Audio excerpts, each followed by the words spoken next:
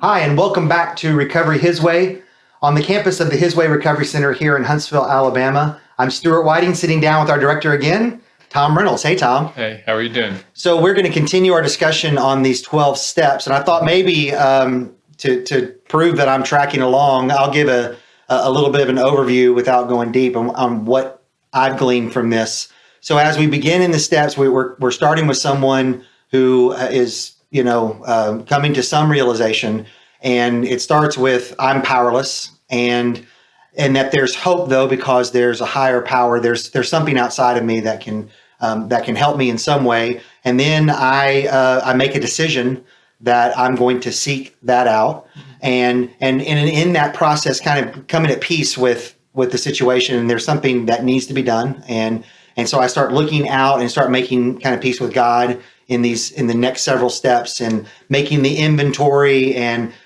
seeing really where I am, and bringing in others to including God to give me some accountability, and expressing and starting to work outside of myself, and then being willing to submit, being humble, to really come before God and say, I this is what I need help with, and how important, as what emerges from that in where we've been in the last few weeks, is a lot of the problems I have, most of the problems are from me. Right. And I've hurt a lot of people. Sure. And so I need to go out and I need to figure out, and I got to go back and figure that out, and where possible, when it's not going to do harm, I go and I make amends and start to rebuild these relationships.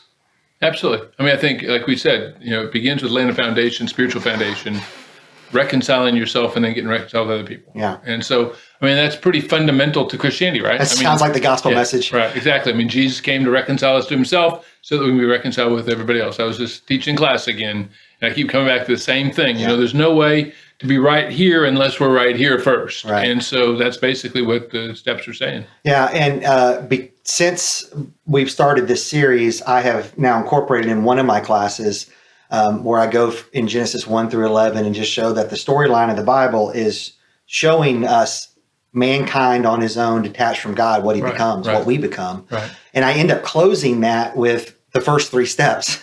And it's like, this look familiar. This is what we just read, as we reviewed this, and how powerful these steps are, because they're rooted in the truth of God's and what our understanding of the way human nature is, and the way we've rebelled against God, and now we need to be reconciled. Absolutely. Well, so we've now been making amends. Where do we go from here?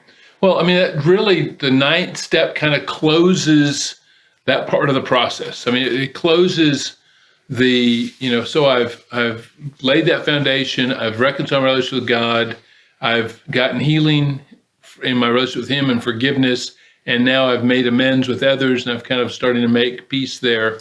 And so really the 10th step is kind of what's considered the maintenance step. It's a step in which now I commit to continuing to all the work I've done, those 9 steps. Now I'm going to continue to keep it that way. So the step specifically says, continue to take personal inventory, and when we were wrong, promptly admitted it. So it's kind of doing steps 1 through 9 over and over and over again, in a sense. Now it's kind of a constant and ongoing thing. So let's go back real quick before we move into this. What would be the expectation in most programs as they work through the steps, at how quickly this happens? And I know there's the sense of it's a lifetime of change, but just in the progress through the steps, is there any sense of what that typically looks like for someone? Well, the typical process, usually the first 3 steps can happen pretty quickly, because by the time they come here, they're already kind of on step 1. They're already kind of realizing that. Now, kind of helping them frame that, structure that, and address it, of course, is part of what we do, but they're already kind of there. Usually the first 3 steps can go pretty quickly. Mm-hmm. Then the 4th step obviously becomes a major task. The 4th and 5th steps are major tasks to go through and make a list and meet with somebody and go through this process. That can take weeks, months to get through that process.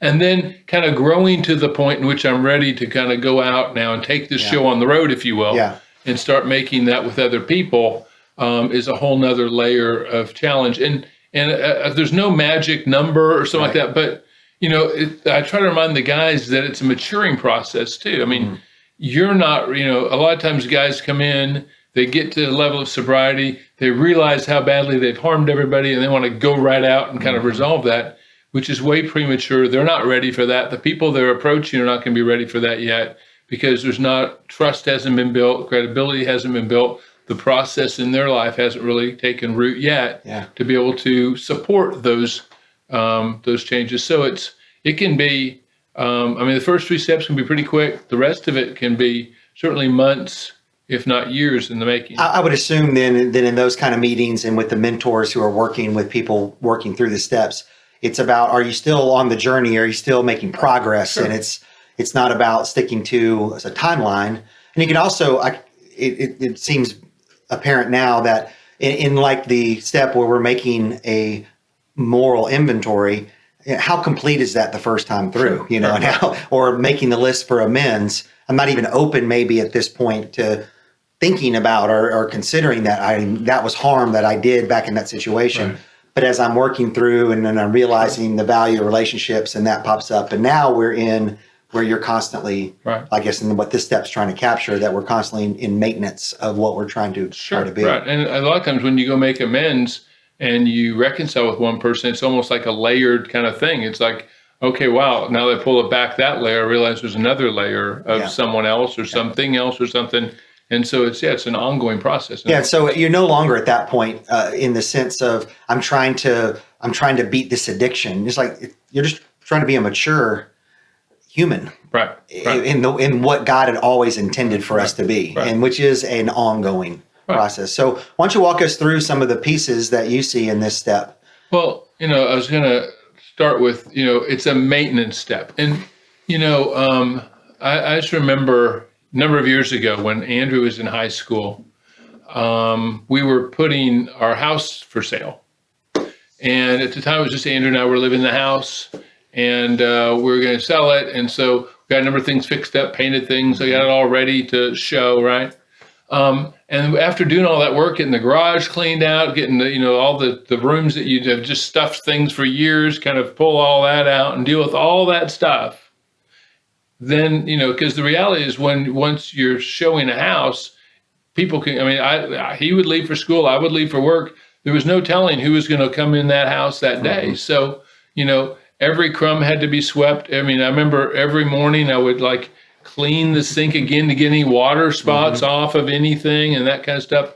And I realized, as I was doing that having done the hard work of getting the house clean, it seemed like it wasn't anything to take just the extra level of step to make sure that the crumb's not there, that the watermarks aren't there and that kind of thing. And I thought, why can't we just do this all the time? Just keep this maintenance going all the time. Yeah. And I thought, that's what I'm going to do. That's the way we're going to do this thing. And until the house went off the market. And then it was like, now we're back to the cluttered rooms and the whatever. But really, this step is about just once we've done all this work, how do we keep it like this so that it doesn't get out of control in the future, how it doesn't get degraded in the future. And so this is an ongoing step that, I'm constantly taking inventory, constantly remembering, constantly revising, and applying those 9 steps over and over and over again toward this end. So you bring up an issue of motivation in your selling the house, and when that disappears. Right. So it seems like this must be a critical part of people in this point to be connected to others in this community, their mentor, their sponsor, I guess is the right term. And in Christian circles, being a part of smaller groups and accountability, and because if one of your friends comes into your house during that time when you haven't quite got it spick and span, they might, hey, I notice you're getting a little messy. You kind of do that around here every now and then. Hey, a little messy here, and that's like, okay, yeah, you're right. Someone else being a part of it, because we're very quick to deceive ourselves and very quick to be lazy about and go back to old habits or whatever it may be. And so having that motivation sometimes from another voice, which we've brought into this process in previous steps, then I guess how beneficial that can be. Along with hopefully the lessons learned from having now restored relationships where we're making amends, and that this is just the better way to be. It's the better way to live. This is what I want. Right. And I know it takes a lot of effort. And I hear, a recent graduation this week, and it's pretty typical for our guys when they speak at graduation to make that plea to the guy still in the program. It's like, and you do it all the time too. This is just the beginning. Right. You've done some of the hard work. You've got some things ordered, but this is going to be every day is staying on top of this. Right. And it's easy to kind of feel like you've accomplished something. Like you hit graduation, I've accomplished something. I've graduated. I no longer have to work on my recovery anymore. And emphasizing that no, this is the beginning really of where now you got to double down. Now you're going to be leaving kind of this structured situation. You have to take that structure and continue to implement it in your life on a personal basis becomes critically important. One of the passages that I think of in Scripture in 1 Corinthians 10:12, Paul says, be careful that you think you stand lest you fall, right? And so that's kind of the problem with this is, okay, I'm done with my 9th step. I'm kind of standing now, feeling a sense of completion, reconciliation, and resolve. And so now I'm okay. I put all the pieces back together.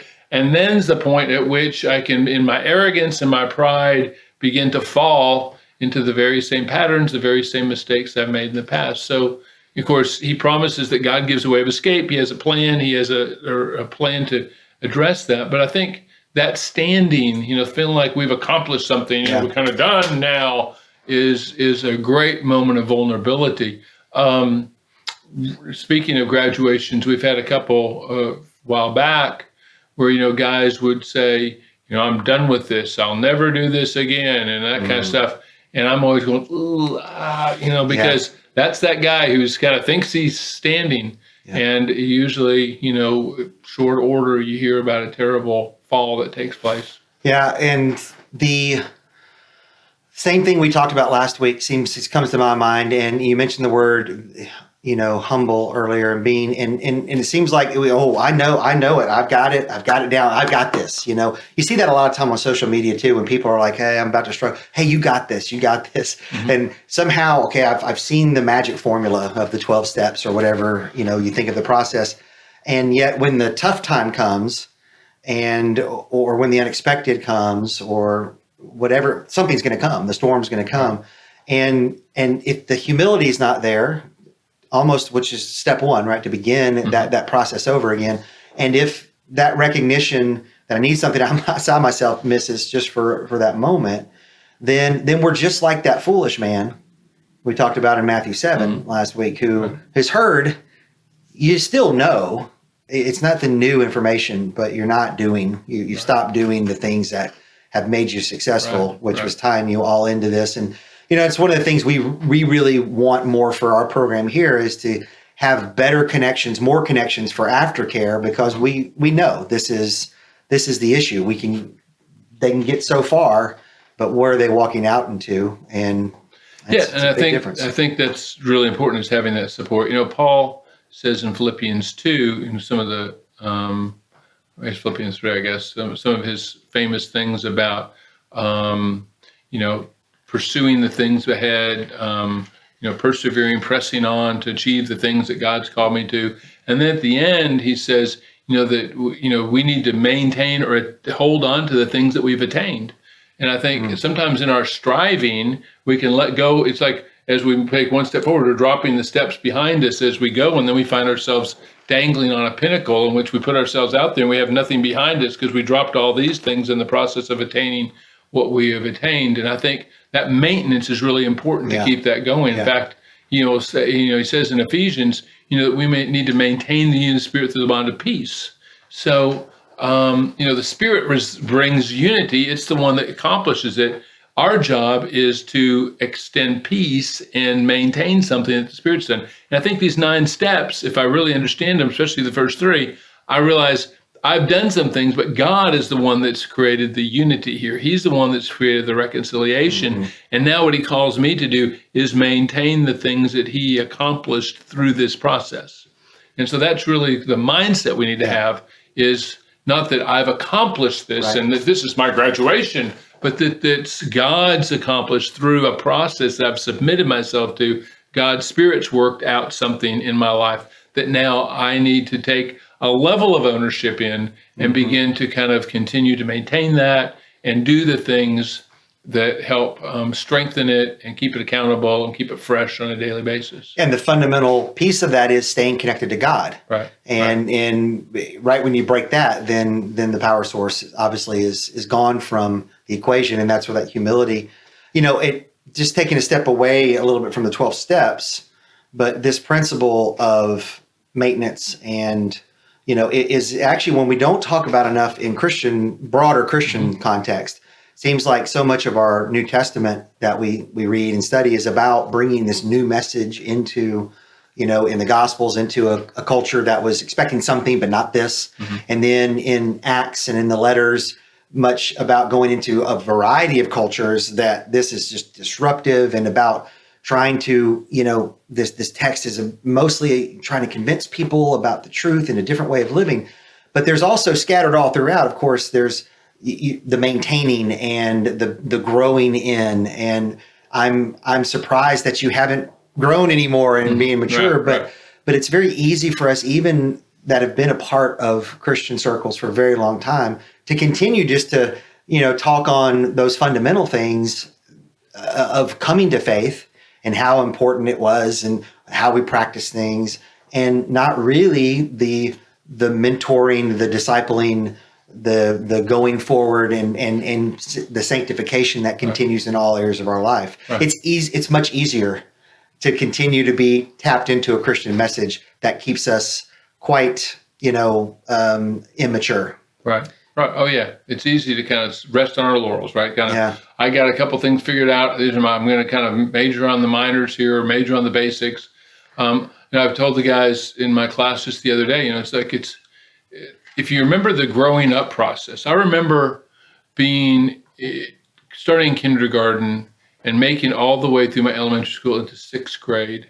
And all of a sudden, as a 6th grader, man, I was a big man on campus. All the first graders really look up to you. You're smarter than anyone else in the room. You're the best. You're the biggest, the baddest, the strongest. Kind of look, strut your stuff through the cafeteria. Got it all figured out. Right. How this place works. Until you go to 7th grade. Yeah. And then it's like, oh, crap. Now I'm scared to death, right? And I'm back. And I feel like I've gone backwards while I'm advancing because I'm moving into something new, and it's taking me places I haven't been before. It's easy to want to camp out in 1st grade, and just kind of be a 1st grader for 27 years. Yeah. And I'm just the smartest 1st grader that's ever been, instead of allowing myself to move into these new areas and eventually, because if I'm maturing, then I'm always pressing myself into being in places I'm uncomfortable. If I always just kind of settle and kind of just get my comfort level and then just kind of stay there, then growth ceases. And I think in this case, usually what happens is my sobriety really stops where my efforts stop.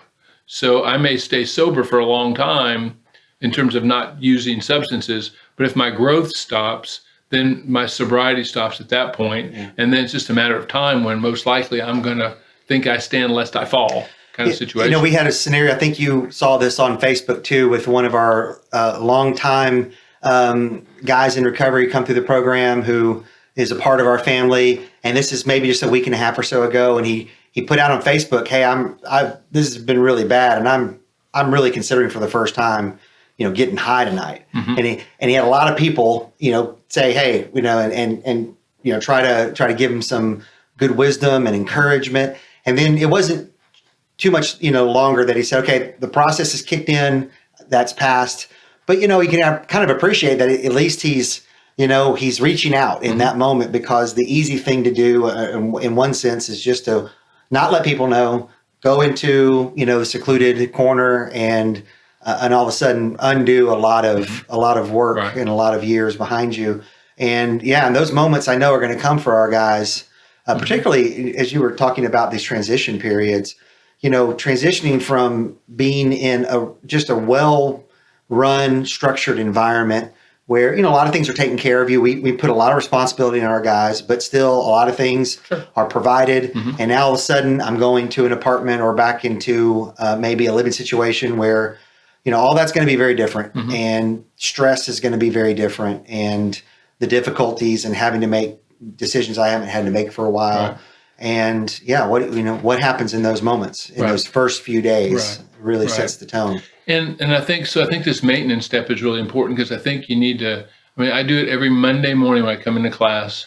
After having not seen the guys for a couple of days in a classroom setting, Monday morning I always do kind of a spiritual check. Yeah. Like, how you doing? Where's your sobriety? Where are you at? And we go around the room and everyone shares just a minute kind of on their pulse, spiritual pulse. Where are they at? And most of the time it's good and they're doing well, but I like them to, because I want them to be stopping and taking an inventory, just going, okay, where am I? Well, I just lost my cool with my roommate. So what does that tell me I'm at? What am I sliding here? Am I struggling? Where am I at? So I think having points of inventory in life are important. This maintenance step implies kind of really a spotlight check inventory. Every moment of the day, I should be keeping an eye, a wary eye. If I'm responding to a situation and I don't like my response, then I need to go, whoa, flag, I need to look at that. What's going on here? And let's kind of get that thing in check. If it's a thing I need to confess to God and to another and to myself, if it's something I need to go make amends on a situation, kind of spot check it. Then I think, so the Paul talking about train your conscience, it's that little internal flag that didn't go right, or that didn't feel right. Right, exactly. And then along with that, kind of a daily inventory. It's kind of don't let the sun go down your anger type of thing. It's like when I hit the pillow at night, just kind of review the day for a minute. That's why I think prayer at the end of the day is so important, because I have that time to kind of get on my knees and get it back in my relationship with God, get centered, and begin to kind of just take an inventory of that day and say, okay, where are things left open? Where are things unresolved? Where are things that mistakes have been made or sins have been committed or unreconciled situations? Where do I need to go make things right? And don't let the sun go down on that. Resolve those things. So I think you have kind of that spot check kind of deal. You have kind of a daily deal.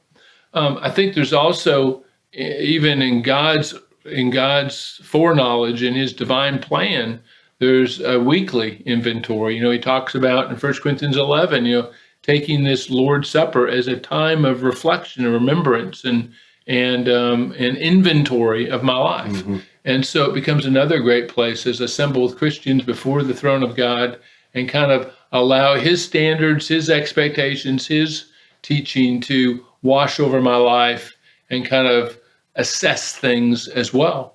And, even, Scripture talks about if you go before God and you recognize, we talked about this, you recognize you got something against somebody or there's a problem, leave your offering, go get that right, and then come back to me. So God puts in these places in which he's already established inventories. I think on that point, if we, it's unfortunate in our Christian heritage, we aren't emphasizing a lot of ritual very often, like other Christian groups do, or that you see like in the law. The law was all about the Sabbath holy, and then these feast days holy, but this time, just even the prayers throughout the Shema, saying the Shema throughout and that's a call to mind. Love the Lord your God. Am I doing that? Mm-hmm. And then if I pair that up with what Jesus says in loving my neighbor as myself, if that's on my heart throughout the day, well, yeah, that's gonna be a moment. I think we're so easily allow ourselves to be distracted by, we can entertain ourselves 24/7 when we're not sleeping. Sure. And I don't have to have any time where I'm being introspective or reflective, which seems like a huge hindrance to all that this is. Sure. And I think it's critical to the whole process and to the spiritual growth in general. Maintaining those things is you got to stay introspective. Mm-hmm. And so, I think, and one of the other ones I would say is, not only do you have kind of that spot check thing and a daily thing, not let the sun go down on it, and you have those weekly inventory times, those weekly assessments, but I think having some regularly scheduled, you were talking about feast days and what the Jews had as a scheduled system, but having, whether it's your sobriety day, your birthday, your anniversary. I know one of the things that someone and I committed to do a long time ago when we had our first anniversary was we said, well, let's, assess the year. How have we done? Where are we at? What could we do better? How can we make it better next year from this year? And try to make that a regular conversation every anniversary. just kind of have a moment in which we celebrate what we've gotten to at that point, but realize that you got to continue to maintain that, or it can easily slip away. So we're going to do that as an organization here in a couple of days, right. And that's no different than for the individual, right? To be so very a lot of aware. people do it January 1st, right? Yeah, our whole culture has decided that, and what you were describing earlier about keeping your house clean, it's like I thought of New Year's resolution. It's like, you just love to see the track of people, on a graph of how many are in gym memberships and how long that goes and how quickly it trails off. I'm sure people do stats on that kind of thing. Sure. And it's because it's a difficult thing to be in maintenance mode. It seems like, when you're accomplishing something, you're seeing this and wow, this is happening, new things, experiencing this growth and this blessing. And then, I imagine you can get to this point of, is this it? And then, okay, all right, we'll do this. And I don't know, something about that again, that motivation is critical to keeping this. Why maintain this? Well, I think one of the things that, think about things in our lives that we maintain, it's things that we cherish, things that we value. I can picture friends of mine who have bass boats that they can't not wash. Yeah. They just love being out there and wax them and being on them and thinking about that because they just love it, right? Or, I think we had a couple guys here who seem to wash their car every other day. It seems like they're out there washing their car and stuff like that because they just, that's something that they really cherish. And, I keep my documents in folder structures on my computer well organized so I can find, because I really cherish being able to find that data. And that's something you have to maintain. You go look at someone's desktop and you can see whether or not they're maintaining their file. I will not look at. I have looked at yours. Right. And it's that kind of thing. And I think things that matter to you, you're going to do that with. And I think marriage is a good illustration of that. But our sobriety is one. How am I going to maintain this sobriety? God's blessed me with it. How do I honor him with this maintenance of it?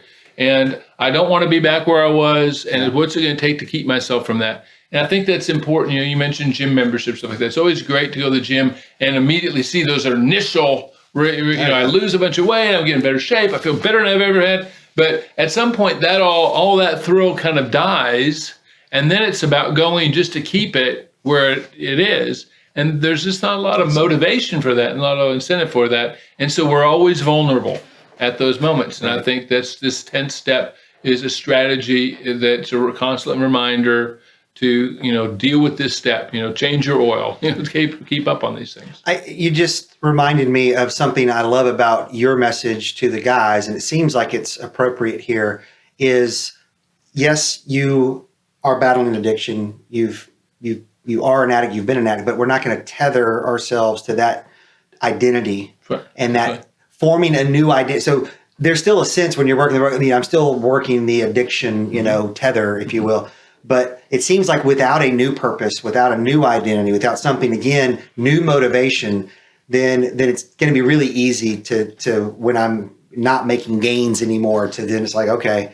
And then that might be where it's easy to be pulled back to the old life. But if I have something I'm still pressing forward, and of course, if that's a relationship with Jesus Christ and all that opens up, then...